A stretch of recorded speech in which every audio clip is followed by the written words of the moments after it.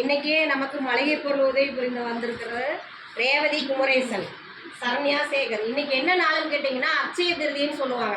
அதாவது இன்னைக்கு என்ன பொருள் வாங்கினாலும் அது இரட்டிப்பு மடங்கா பெருகுன்னு சொல்லி அதுக்கு தகுந்த மாதிரியே இன்னைக்கு நம்ம பாச இல்லத்துக்கு நிறைய மளிகை பொருள் வாங்கி கொடுத்துருக்குறவங்களுக்கு நாங்கள் நன்றியை தெரிவிச்சுக்கிறோமா. என்னைக்கு எங்களுக்கு மளிகை பொருள் குறையாமல் இருக்க நீங்களும் ப்ரே பண்ணிக்கங்க, நாங்களும் உங்களுக்காக ப்ரே பண்ணிக்கிறோம்.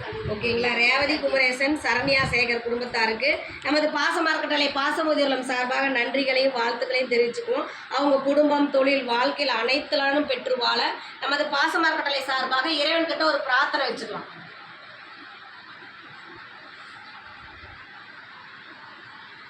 திரு ரேவதி குமரேசன், சரண்யா சேகர் அவங்களுக்கு மீண்டும் ஒரு முறை நன்றிகளையும் வாழ்த்துக்களையும் தெரிவிச்சுக்கிறோமா. இந்த நேரத்தில் உங்களுக்கு நாங்கள் எங்கள் பெரியவங்க சார்பாக ஒரு கோரிக்கை வைக்கிறோன்னு கேட்டிங்கன்னா, நமது பாச மார்க்கெட்டளை பாசமுதிர்லம் ஆரம்பித்து 2 வருஷம் முடிஞ்சு 3 வருஷத்தில் போயிட்டு அந்த பெரியவங்க நிறைய வந்து கேட்கறதுனால சொந்தமாக ஒரு கட்டடம் அமைக்கலாம்னு இருக்கும். அதுக்கு முன்னால் முடிஞ்ச வரையும் செஞ்சுதலாம். நீங்கள் மட்டும் இல்லாத உறவினர்கள், நண்பர்கள், உங்களுக்கு தெரிஞ்ச இடத்துலலாம் இந்த மாதிரி ஒரு முதியோர் இல்லம் இருக்குது, அதுக்கு சொந்தமாக கட்டடம் அமைக்க போகிறாங்க, அதுக்கு நம்மளால் முடிஞ்ச உதவி செஞ்சதெல்லாமே நீங்களே எங்கள் முதியோரத்தை வெளியே கொண்டு சென்று எங்களுக்கு கூடிய விரைவில் ஒரு சொந்த கட்டடம் இருக்குது, உங்களால் முடிஞ்ச உதவி செஞ்சு தர மாதிரி எங்கள் பெரியவங்க சார்பாக கேட்டுக்கிறோம். இந்த அட்சய திருதி நாளில் எங்களுக்கு மளிகை பொருள் வழங்கிய உங்களுக்கும் முரளிகிருஷ்ணன் ஐயாவுக்கும் மீண்டும் ஒரு முறை நன்றிகளையும் வாழ்த்துக்களையும் தெரிவிச்சுக்கிறோம். வாழ்க வளத்துடன்.